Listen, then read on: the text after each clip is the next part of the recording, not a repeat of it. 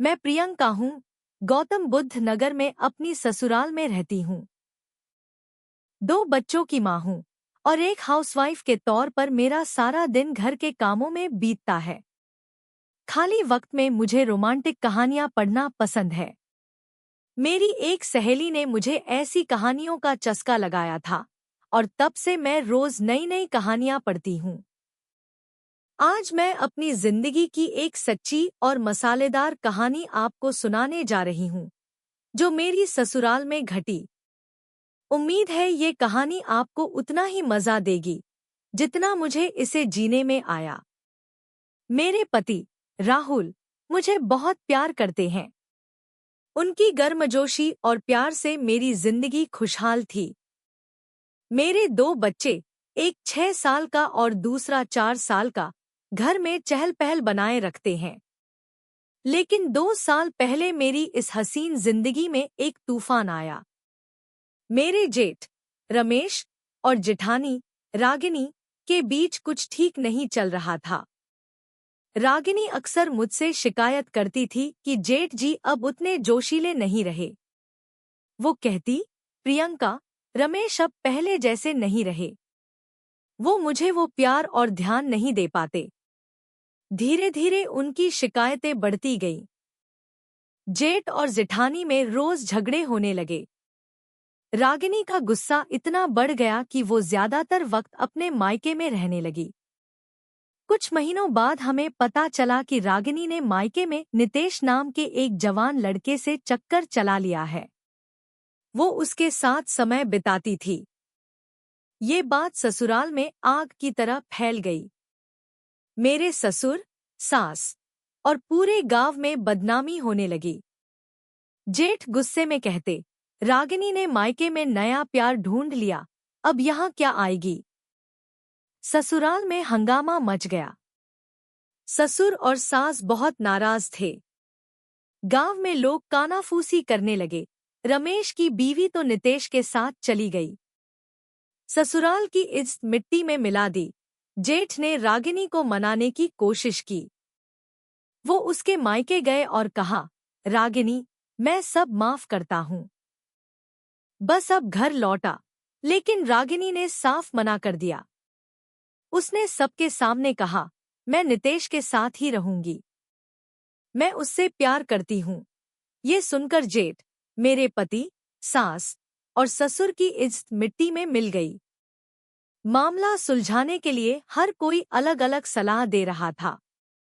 ससुर और रागिनी के पिता गुस्से में थे, लेकिन जेठ, जो रागिनी से बेहद प्यार करते थे, उसे वापस अपनाने को तैयार थे। गांव के कुछ लोग डर रहे थे कि रागिनी नितेश के साथ भाग न जाए। इसी बीच जेठ, ससुर और कुछ लोगों ने मिलकर नितेश को रास्ते से हटा दिया। उनका सोचना था कि अगर नितेश नहीं रहेगा तो रागिनी वापस आ जाएगी। लेकिन ये फैसला उल्टा पड़ गया। जब रागिनी को पता चला कि नितेश को मार दिया गया, वो टूट गई। उसने गम और गुस्से में जहर खा लिया। अस्पताल ले जाते जाते उसकी मौत हो गई। जेठ, जो रागिनी से बेहद प्यार करते थे, पूरी तरह टूट गए। वो दिन रात उसका नाम पुकारते, उसकी साड़ियां पकड़कर रोते। उनका दिमाग जैसे सुन्न पड़ गया था। मेरे पति, सास और ससुर को कभी नहीं लगा था कि रागिनी इतना बड़ा कदम उठा लेगी। रागिनी के मायके वाले भी हैरान थे। मेरे पति और ससुर जेठ को जिला अस्पताल ले गए। वहां मनोरोग विशेषज्ञ ने बताया, रमेश को अपनी पत्नी की मौत का गहरा सदमा लगा है। अगर कोई उनकी पत्नी की तरह उनके पास जाए और उन्हें यकीन दिलाए कि उनकी बीवी जिंदा है, तो वो धीरे धीरे ठीक हो सकते हैं। अब सवाल ये था कि ऐसी औरत कौन होगी। सास, ससुर और मेरे पति परेशान थे। एक दिन सास ने मुझसे कहा, बेटी प्रियंका, अब तुझे ही रागिनी बनकर रमेश के पास जाना होगा। तू उसे सुकून दे, उसके साथ वक्त बिता। धीरे धीरे मेरा बेटा ठीक हो जाएगा। ससुर भी बोले, बहू, तू हमारे परिवार की इज्जत बचा ले। बस कुछ दिन रागिनी का नाटक कर मेरे पति भी रोज मुझसे यही गुजारिश करने लगे। मैं असमंजस में थी। अपने जेठ के साथ ऐसा करना मेरे लिए अजीब था, लेकिन जेठ की हालत और ससुराल वालों की मिन्नतों के आगे मुझे हाँ करना पड़ा। अगली रात मैंने रागिनी की तरह साड़ी पहनी, लंबा घूंघट लिया और जेठ के कमरे में गई। उनका कमरा अंधेरे में डूबा था और वो बिस्तर पर पड़े रागिनी का नाम पुकार रहे थे। मैंने उनके पैर दबाने शुरू किए। मेरा दिल धक धक कर रहा था। मन में डर था कि अगर जेठ ने मुझे पहचान लिया तो। पर उनके दिमाग में सदमा था, वो मुझे रागिनी ही समझ रहे थे। रागिनी, तुम आ गई, जेठ की आवाज में खुशी थी। मैंने घूंघट में मुंह छिपाकर रागिनी की तरह जवाब दिया, हाँ, मैं आपके पास लौट आई हूँ। मैंने जल्दी से कमरे की लाइट बंद कर दी ताकि वो मुझे पहचान न सके। जेठ ने मुझे अपनी बाहों में खींच लिया। उनकी गर्म सांसें मेरे गालों को छू रही थी। वो मेरे कान के पास फुसफुसाए, रागिनी, मेरी जान, तुम लौट आई। अब कभी मत जाना। उनका स्पर्श मेरे जिस्म में सिहरन पैदा कर रहा था। मैं डर रही थी, पर कहीं न कहीं मेरे दिल में भी एक अजीब सी गर्मी थी।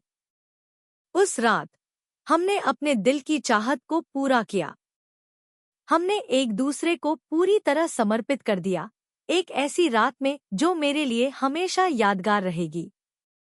उसके बाद मैं 2 महीने तक हर रात जेठ के कमरे में गई। हर बार वो मुझे रागिनी समझकर अपने करीब लाते और मैं उनके प्यार में खो जाती। धीरे धीरे जेठ की हालत सुधरने लगी। 2 महीने बाद वो पूरी तरह ठीक हो गए और रागिनी को भूल गए। लेकिन मेरे मन में एक सवाल रह गया। क्या मैंने जो किया वो सही था?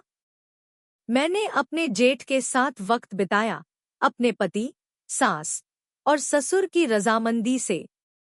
पर वो रातें, वो प्यार, वो गर्मजोशी, मैं उन्हें कभी नहीं भूल पाऊंगी। दोस्तों, आपको मेरी ये कहानी कैसी लगी? अपनी राय जरूर बताएं।